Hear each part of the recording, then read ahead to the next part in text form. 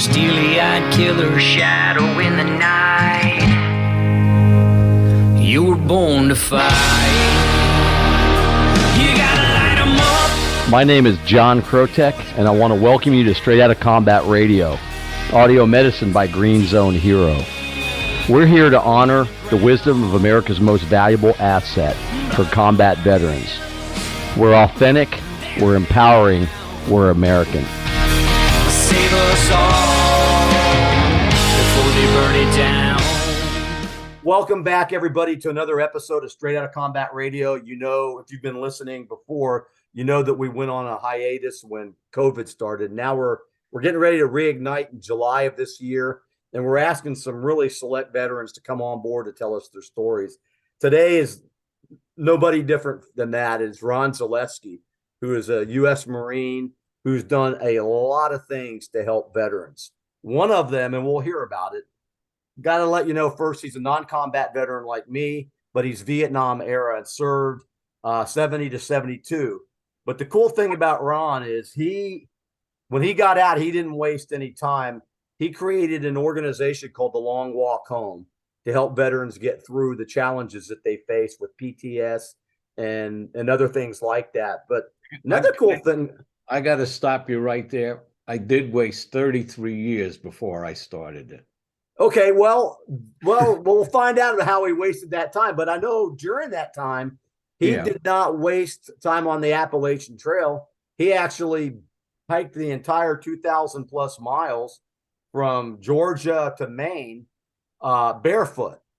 You know, that's something that a Marine would do. But even say, you know, we'll talk a little bit about that. I know that he's been involved with petitions. He's been working closely with organizations in D.C., with the VA. He's got these 10 challenges to service that he's going to discuss today. And he's on a new mission now. And I'm excited to have him here today to share his story about how it happened and why it's happening and what you can do to help yourself or help him. So, Ron, tell us about early life and how you even got to the Marine Corps. Well, I'm second generation Polish. My father was in World War II, and he had a choice of going to prison for armed robbery at the age of 17 or going in the military for 4 years. And he was at the tail end of the war, and that's when Eisenhower opened up the concentration camps. Mm-hmm. And my father went to Auschwitz, where they're scraping our relatives off the floor. That's the man who raised me. So I got beat physically or verbally every day of my life. And I thought he hated me, but it's how he prepared me for the world of horror that he saw. And he drank every day of his life. He was drunk every day of my life growing up. Mm. So I'm real Catholic. So I really believe that killing is wrong and all of that. And I went in the Marines to hurt my parents, to get back at my parents for the hypocrisy that I saw, because at that age, you know, the world is black and white. You're telling me this, but you're doing that. You're a hypocrite. The church says it's wrong to kill, but they do this. So, you know, I mean, I'm confused, and I'm, you know, when they asked me, because I won the draft lottery, my number was 34. I went in with my buddy who also had a record, and his choice was, you know, he pretty much had the same choice as my father. And I go in with him, and my parents say, "Why are you going in? You don't believe in killing." And I said, "Well, it must be okay. The church doesn't stop it. Yeah. And I want to see what it's like to kill another person." When I said that, you know, because I thought, oh, you know, I'm getting them, you know, I'm hurting them. My mother started crying, and I regretted that moment to this day. Yeah. Because, you know, you think you know what you want when you're a kid, but when you get it, it's like, oh my God, what did I do? So I go in the Marines. I get into a fight with my commanding officer because I have nobody's going to tell me what to do. And I'm an angry kid. And so I get in a fight with my commanding officer. I get orders to go to Vietnam. He brings me into his office before they send you home on leave. And he says, "What do you think of that, Zaleski?" And I says, "I think the only way you're getting me over there is if you chain me to a helicopter, because I'm not going." He says, "Is that right?" I said, "That's right." So I leave. I don't tell my parents anything. And I go to my room and I get on my knees and I pray and I say, "God, help me, because I don't think I have the courage not to kill another man. I want to live." So I figured, instead of killing somebody, because I believed I'm going to go to hell. And so I figured, well, I'll go to prison for 5 years. I'm not going to run to Canada because that's cowardice, I thought. And I figured I'll go to prison or face a firing squad. And I sure hope I don't face a firing squad, because I want to live. But I go to ship out, and I'm supposed to go with 5 other guys. They all go. And when it comes my turn, my voice cracks because I'm so scared. And I say, "I'm not going." They said, "Don't worry, you coward. Your orders have been changed." And I'm like, "Thank you, God." And I don't give any credit to my commanding officer for probably realizing I'm going to get myself killed and probably everybody around me if I go. But, I didn't think another thing of it. I'm a 19-year-old kid. What am I thinking? I'm thinking about getting laid and how to get drunk. I mean, that's what I'm thinking. So, but a month before I get out, I meet one of the 5 and he's limping. And I said, "What happened?" He says, "We all got shot and 2 died." All those feelings rushed in on me. Was I a coward? Could I have done something? Should I have done something? Did I do the right thing? And then just anger. And that's all I had was anger. And I just kind of like died inside. And but when I got out, I figured, before I got out, I figured I didn't want them to have died and suffered for nothing. They fought for my freedom. I can do anything I want, So I stopped wearing shoes when I got out. But the problem with that, I did it as a memorial for them. But what happened when I got out and people would say, "Hey, how come you don't wear shoes?" I'd say, "I don't feel like it." "You got a problem with that?" So I was just angry. So it was an act of defiance. It was a meaningless memorial. It didn't help anybody. And I was this way for 33 years. Just this angry, barefoot guy that people left alone. And I had my own business, so I could do what I want. I created my own world. I didn't get involved with anything. 9/11 happened, and it just brought up all the stuff again, because I heard the same verbiage from the politicians. We have no recourse but resort. We've exhausted every means of resolving this conflict. The same thing they said back when I was a kid.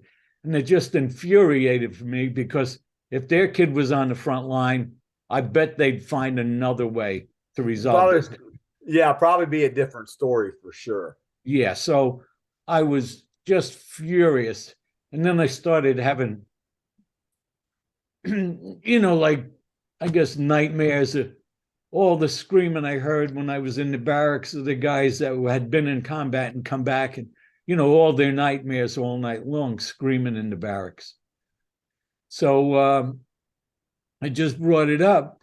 And then what happened was, I owned a gym. I had created my own world. I'm in my own sanctuary. Nobody bothered me. It's my place. And I would work out and it would relieve my stress. But 5 minutes later, if somebody pissed me off, I'd be fighting. So it was, it was my own world I created. And what happened was, one of my favorite jobs was teaching little kids to swim. I'm bringing these 5-year-olds to the edge of the pool to teach them to swim. And a little kid tugs my bathing suit and he says, "Hey, how come you don't wear shoes?" That's the first person I told in 33 years. Nobody knew why I didn't wear shoes, and even in my family, nobody knew. That's the first person I told. And when I told them why, it's like I realized that I'm the problem. I have allowed this war to go on because I've done nothing but sit on my hands. I blame the politicians, the church, my parents, everybody but me. Then I realized it's my fault because I do nothing to stop it. So I couldn't live with that. That was unacceptable to me. And then that's when I did my first walk. I walked the Appalachian Trail barefoot to create awareness for the suicide, but it ended up being my penance to forgive myself for sitting on my hands for 33 years.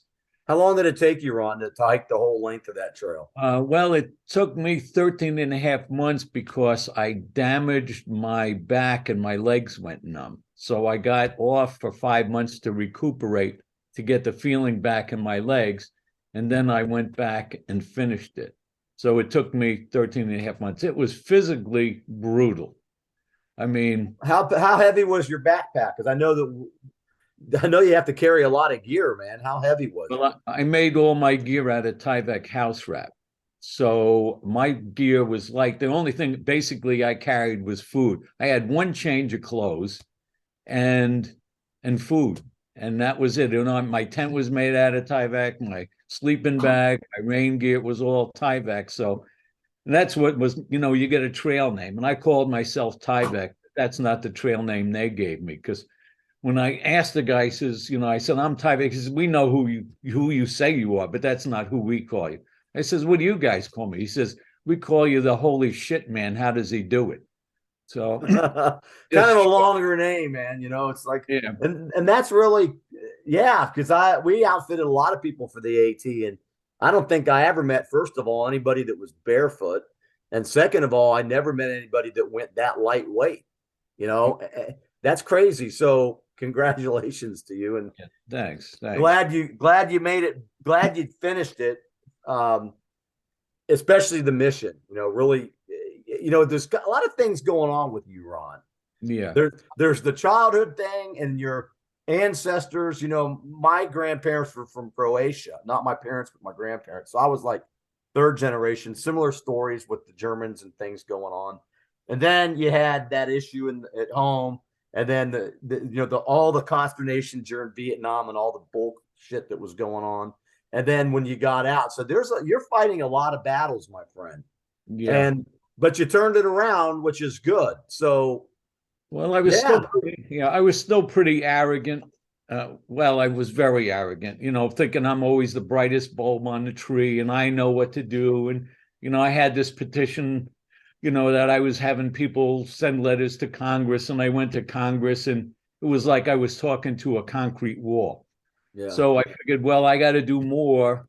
So I walked across the country barefoot with a sign, because I realized, what, just to create awareness does no good unless you get it instituted and somebody does something about it. So I figured, okay, being the genius that I am, then I had this petition, and I wore this billboard, 18 vets a day commit suicide, because that's what it was then.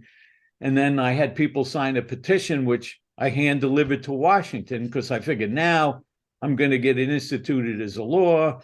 I demanded for mandatory counseling for everybody before they get out, and it's going to be done. I'm going to be this hero because I'm a genius that they didn't know that they have to do this. And I went to Washington and cried because they knew exactly what to do. I'm no genius. They just didn't want to do it. Right. Because the VA didn't show up I went to an informal hearing. The VA didn't show up, and the Department of Defense didn't show up. And those are the ones that institute the programs in the military. So it's like, they don't care. So I realized that I don't go tell somebody what to do. I do it, then ask for help. And in Washington's case, then give them the credit. So then we opened up a shelter in the Keys. And I figured, well, it was for homeless vets, and I'm going to help them. And what happened was I basically enabled, a lot of drunks in the Keys to continue on their merry way. And when I closed down, it didn't make a change. It's like I put my hand in a bucket of water and took it out. Nothing happened. Yeah. You know what, Ron, real quick, yeah. I've heard that from a lot of people like yourself that have created these missions or these organizations to help. And I've heard that they felt like they were just doing what you were doing, sticking your hand in water, and that they were just enabling people not to really do the work, to go through the motions, I guess. So, Yeah, so and also people that give. People are skeptical to want to give money to organizations like the Long Walk Home because they wonder what really is going on. Yeah, So, yeah. so go ahead. Sorry, man. Yeah, no, that's all right. I still love you. It's okay. You don't have to be sorry. Yeah. But so then and then I was a one-man show. I had a not-for-profit, the status, and my friends were my board, so I basically told jokes and did what I wanted. And then what happened, I was a one-man show, and I would change people one at a time. And to get back to the genius part, when I walked across the country, I was humbled. Yeah. I realized I'm no genius, and that, I thought I did things that I did it. When I walked across the country, I realized that God was always with me. I wasn't always with him. If he wasn't with me, I would have never been able to complete that walk, because things always just fell in place. There'd be an accident, which I just missed. There'd be a storm, which I just passed me by. I mean, it was just so many instances where that I could have been dead and I wasn't. So, I know that, that's what humbled me, because I realize I don't do anything on my own. And it's the same with this organization. I have so many people that believe in what we do that they're doing the work, making me look good. We so after I shut down the shelter, and then I moved, and then I was doing a one-man show, but then the virus hit, and then I couldn't go out to meet people one-on-one and help, because we'd help them with money and things like that. But when the virus hit, I had to find another way to reach people. So what happened was I developed these challenges. Well, myself and my team developed these challenges. And the challenges stemmed from my transformation on my walk. So I wrote a book about my walk and my transformation. And I realized that if you don't shift your perception, I don't care what I give you, it doesn't change you, and your world doesn't change. What was the title of your book? It is The Long Walk Home. Oh, I just happen to have a copy here. I bow to no sponsor. No, that's good. The Long Walk Home. So, well, before we get to COVID, tell us about how you formed the Long Walk Home, because that was pre-COVID. Yeah, well, I formed the Long Walk Home in 2006 when I did the walk, because I shut down my business, basically walked away from it. And because I was self-destructive, so that just blended right in with my motif there at the time. So, but I founded it because I figured, it's good to have it, because if people give me money, I can do stuff with it. But it wasn't my intention for money. It was just to create awareness and to let people know and go to Washington and change laws. But I kept it in place because it enabled me to do things or go speak and, things like that. And like I said, I did a board, which was my friends, just to fill out, the form. Right. But when the COVID hit, and then we started doing this, we had been instrumental in saving a young man's life. And the father wanted to thank me. And he says, do you need help writing your book? He says, would 20 grand help? I said, yeah, that would help. So he sent me 20 grand. I didn't know that he was head of a foundation. That was one of the fathers of a person who your organization helped. Yeah. Awesome. So he gave us this money, and it helped me do the book. And then I developed, I'm working on the book, and then one of my vices is ice cream, because I quit drinking. I have friends now, so I eat ice cream instead. And I go to this ice cream parlor, and I'm talking to this kid, and he's an work. He does networking. He does a lot of networking and promoting people and stuff like that. And he was working at this ice cream parlor, and we got to talking. He said, oh, yeah, I'd really like to help you what you do, and I'll charge you this and that. And so I said, well, why don't we try it for a little bit and see if you can do anything you say to help me reach people because I can't reach people now.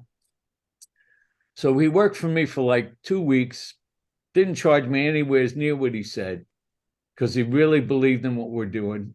And I was reaching people like I had never reached before. I was reaching hundreds of people. Awesome. This kid stayed with me. We're reaching thousands of people.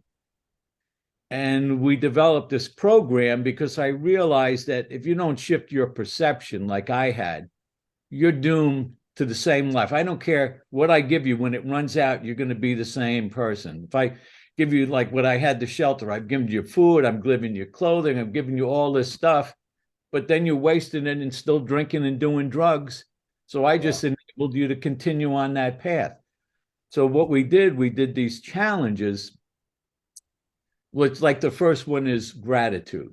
What are you grateful for when you wake up? What are you grateful you accomplished at the end of the day? And to most people, that doesn't seem like a big deal.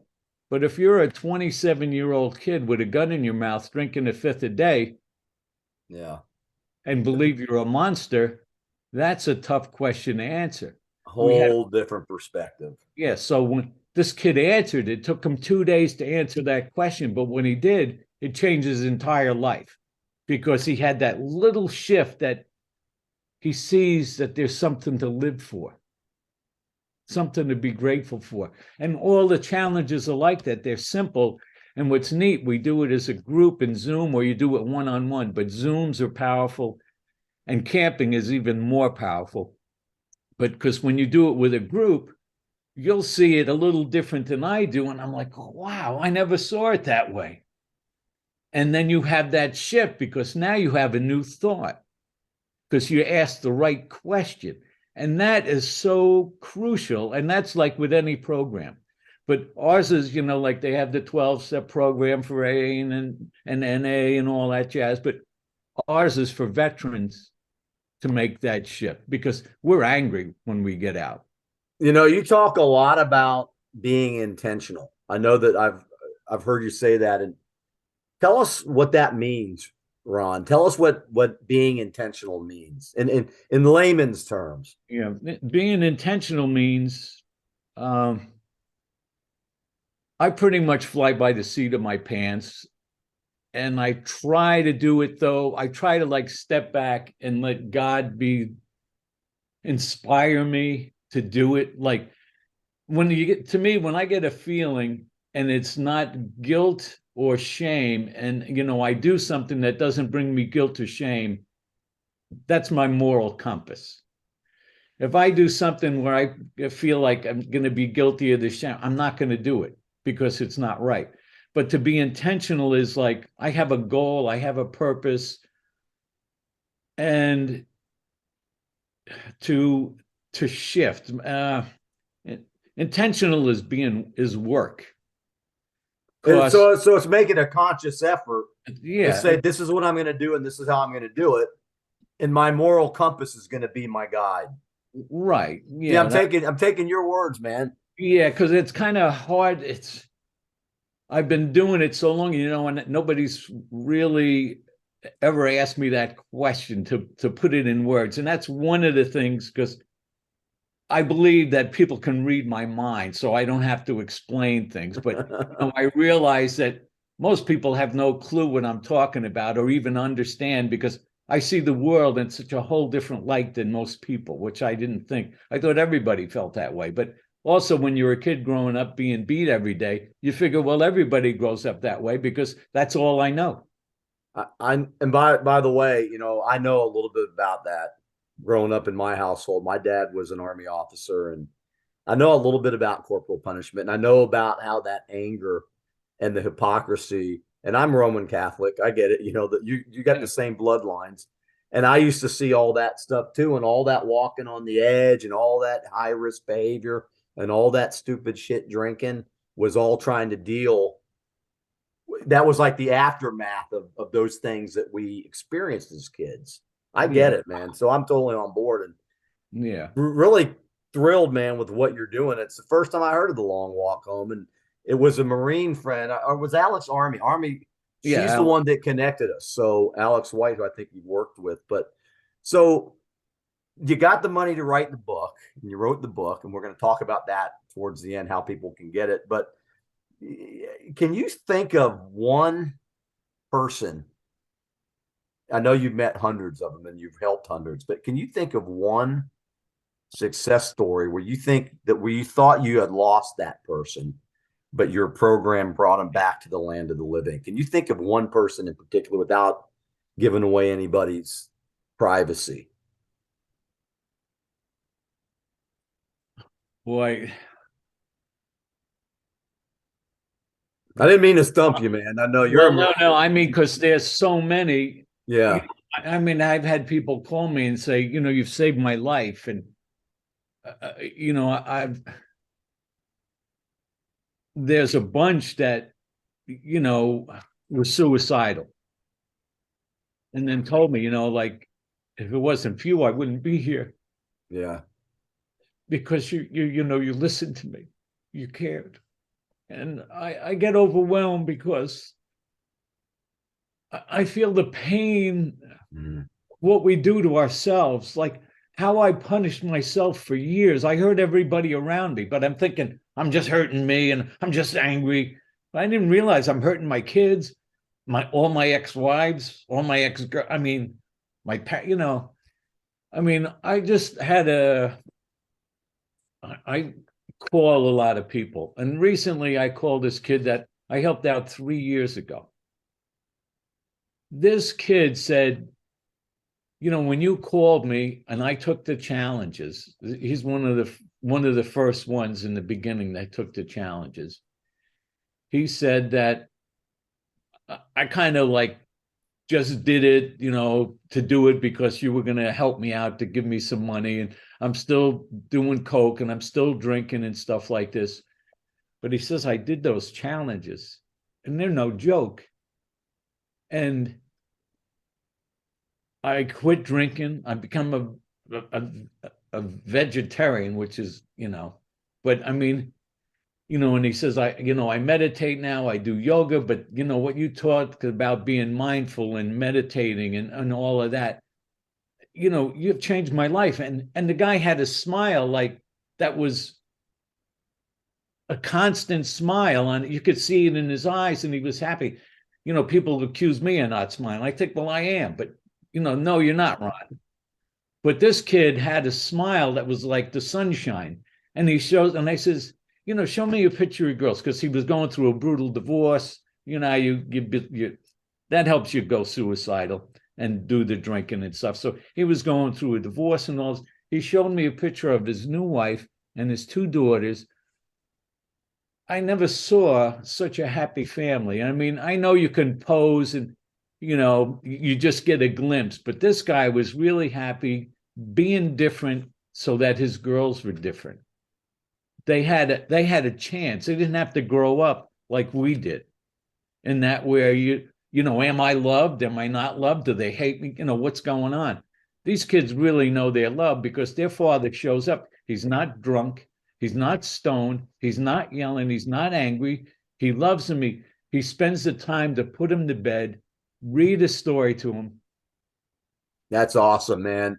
That kind of work right there, Ron. That's what, like you say, people don't really know the whole picture. And it's those kinds of things that the long walk home does to make the world not only better for these people's lives, but just a better place for all of us. Because what you just pointed out to me, Ron, is if kids are growing up in these families of the veterans who are actually being intentional, like you said, or being conscious and being present, then it can only be good. That's why, people need to do their due diligence and try to understand the organizations that are actually helping, which I'm glad you're sharing your story. Yeah. And those that may not be, God bless them. But it's going to take some due diligence on the part of the donors or people who sponsor these organizations to actually get involved themselves and do the work to find out if the money or the support that they're giving is actually being utilized. Yeah, that's an awesome story, man. Yeah, I'd love to hook up with an organization that we can pony up together, because like there's a lot of ones that hike and stuff. We do the challenges on a hike. That's one of the most powerful. We take guys out camping and do the challenges over the course of 2 days. Now I got you unplugged. I got your undivided attention, and you're not getting out of the woods till we get done. So Nice.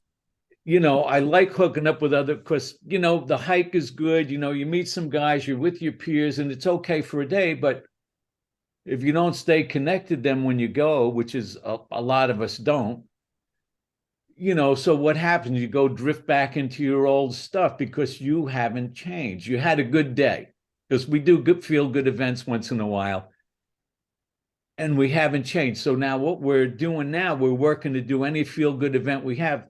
We're doing a challenge. I like that.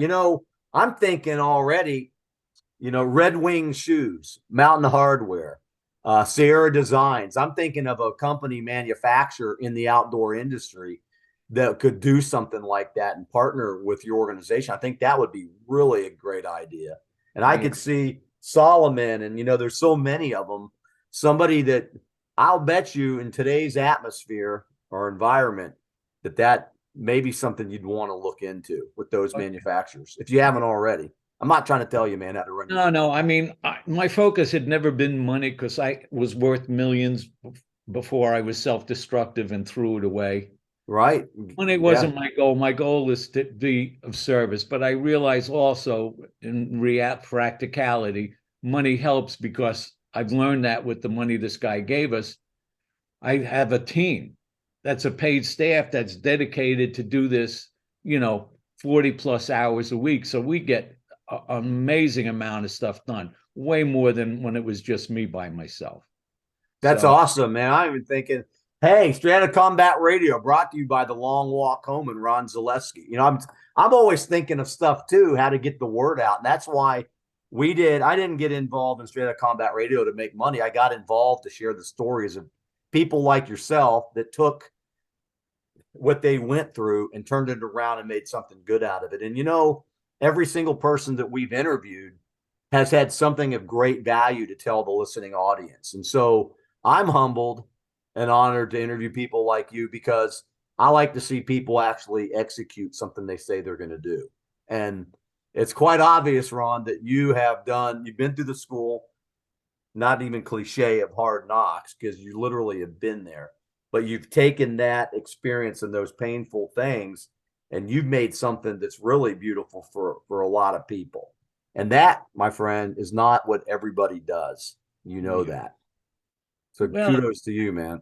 Yeah. I mean, a lot of people mean well. And I mean, look, once in a while I have to ask myself, when I get some grief from people, Lon, why are you doing this? You're doing the right thing. Make sure you're doing the right thing. Don't, because sometimes you can get into this petty political stuff with people. And I'm like, okay, why am I doing this? What am I here for? Yep. This is what I'm doing. I'm here to help somebody, and that's it.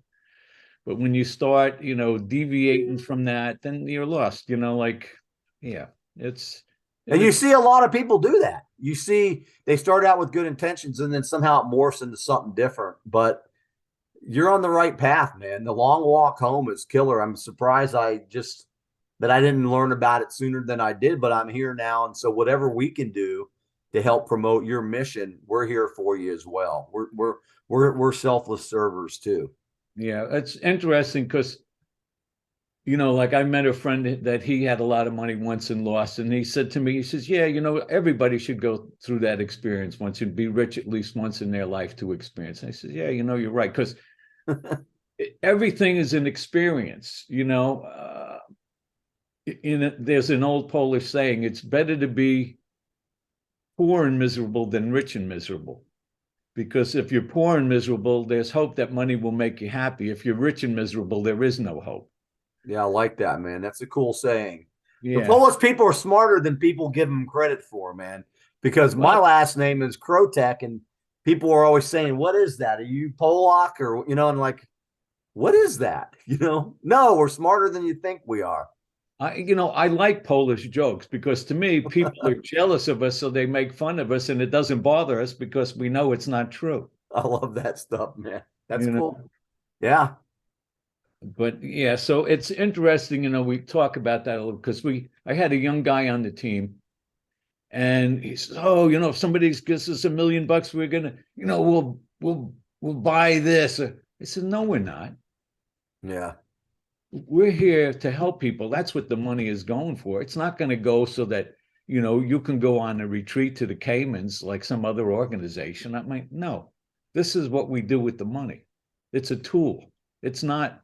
And that's why it's good to have been rich and then lose it, because I've seen other organizations that they start out with nothing, and all of a sudden somebody infuses like millions of dollars, and they don't know how to handle it because they don't see it as a tool and they've never experienced it, so they go crazy. I've already been crazy, so we don't have to worry about that. It's common ground for you, man, so that puts you in a good place. So you have these challenges. Let me ask you this: how can people, where can they go, Ron? And we'll share all that information, but where can they go to find out more about your mission and organization and how they can donate? And then the book. I want to know how they can get a copy of the book. Okay, they can go to the longwalkhome.org. You got to do .org. And then you go to our website, and we're on Facebook. We have a really big following on Facebook. And that's one of the places too where a lot of vets talk. We bring up certain topics, and then they talk, and then if sometimes we find somebody that's in trouble because we know the wording and stuff, and then we reach out to them and help them out, and they can contact us through there. But if they go to our website, they can take the challenges right on the website. You can take it on your own, and then you can get a mentor if you want, or you can join us on a hike, because we just started the hikes. That's the most powerful way we do it. That is by far the best. And, we also give them the option, if they don't want to go a 2-day camp out with us, they can just meet us for the day and take a walk. Because I found out how Americans are so soft. I don't want to sleep on the ground. Oh my God, there's a bug. I mean, lighten up, Francis. Don't call me Francis, man. I'll kill you. Remember that movie? I love that. That's why I say that line. I love that, man. But so we cut out excuses, and we give different options that are powerful, because to do it with another person or a group is the way. And when you get unplugged, because you're on all the time if you're in man-made stuff, because there's always noise and there's always fast movement around, and you're always on alert. You're always on. But when you get out in the woods, you can just let it go. I mean, and then you can let stuff in. Yeah, I like that. And they can get the book on the website too, or it's on Amazon. They can get it either way, on Amazon or the website. Either way is fine. Well, great. Thanks for sharing that. So let me ask you this, Ron. So I'm a veteran. I served 3 deployments in Afghanistan, and I'm not doing good. I'm hallucinating. I'm in a bad place. What advice as a mentor for your organization and founder, what would you tell that? If there's somebody listening to this now that knows somebody like that, or you're like that yourself, what would you tell them? What do they need to do right then and there? They got to just listen to the guy talk. Just listen and hear him, and don't judge him.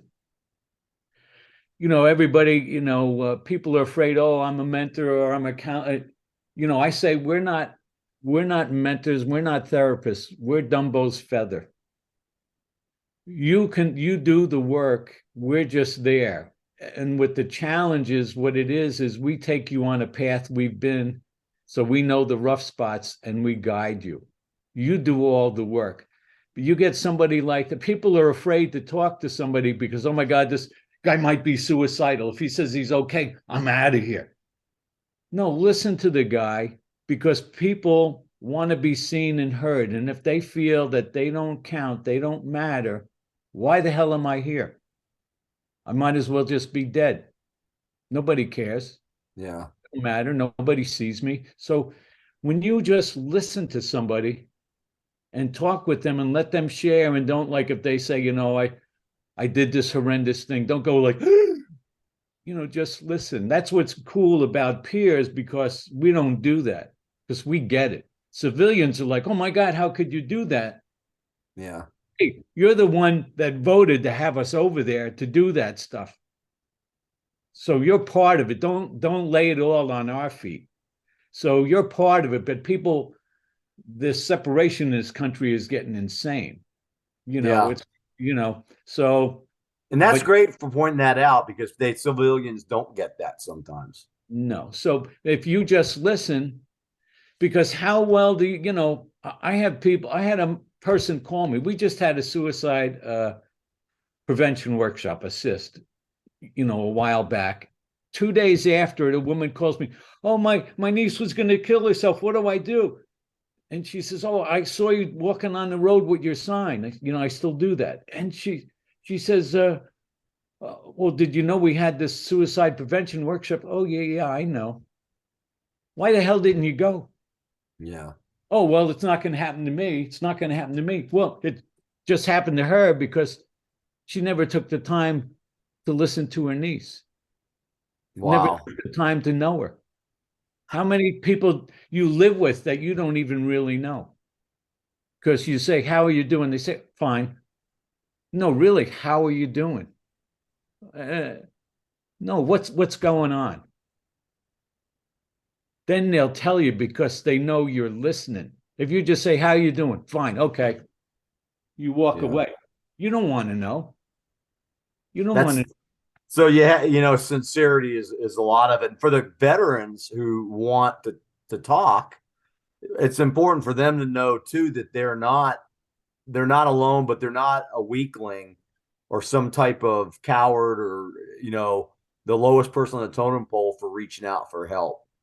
I gotta tell you, Ron, I didn't share this with you, but I was one of those guys that called one of those crisis hotlines, in the middle with my own TBI, dealing with the sexual assault as a child and all that coming to surface with the brain injury and in the middle of a divorce and all that crazy stuff. And I reached out and I'm glad that I did because, and what I know, because you just confirmed it, is the young person, female on the other side, listened. For 45 minutes, she listened and she said, I can't save your marriage, but we can save you. And this is what you need to do. So what you say, Ron, man, is rock solid. That's a reality. And thank God that young person listened to me because there's a chance that this guy may not be here either. So I really love the work that you're doing. And I'm so glad that the universe connected Alex White with me to connect us with you. And so, yeah, man, that's how it works. And I can't say enough about how important your work is. And it's not eating cheese. It's not kissing anybody's rear end. It's real. And appreciate you for that. So thanks. So there you have it. So if you want to learn more about The Long Walk Home or you want to get a copy of Ron's book, just go to thelongwalkhome.org, O-R-G, and any information that you need. If you're a veteran or if you're somebody that wants to help as a sponsor, maybe if you want to get involved in Ron's mentor program, I don't know, but visit there for more information. And I got another question for you, Ron. Sure. Before we sign off here on this first part. What does freedom mean to you? Freedom is responsibility. Because when I blamed everybody, I was never free. I made my own cage because I couldn't do anything. I had no power. When I took responsibility for stuff, then I was free to do something. That's what freedom is to me. It's being responsible, because if we're not, we've just thrown it away. Like to me, we undermine freedom with this legal system we have. Like if you go to McDonald's and burn your leg with a cup of coffee and you sue them because they're responsible that you're an idiot, I'm missing something here. When you take responsibility, then you're free. Nice. Thank you for that answer. So there you have it, right from the mouth of the Long Walk Home man himself, the man, and why the heck is he doing this? Mr.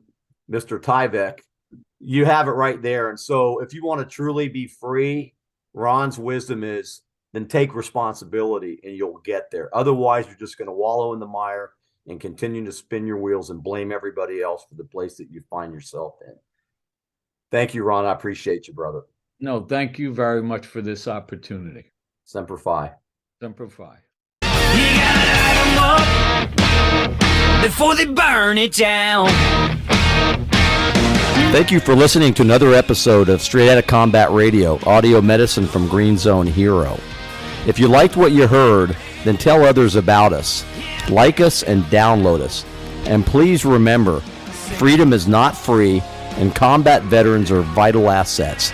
They're not broken. Sing our song.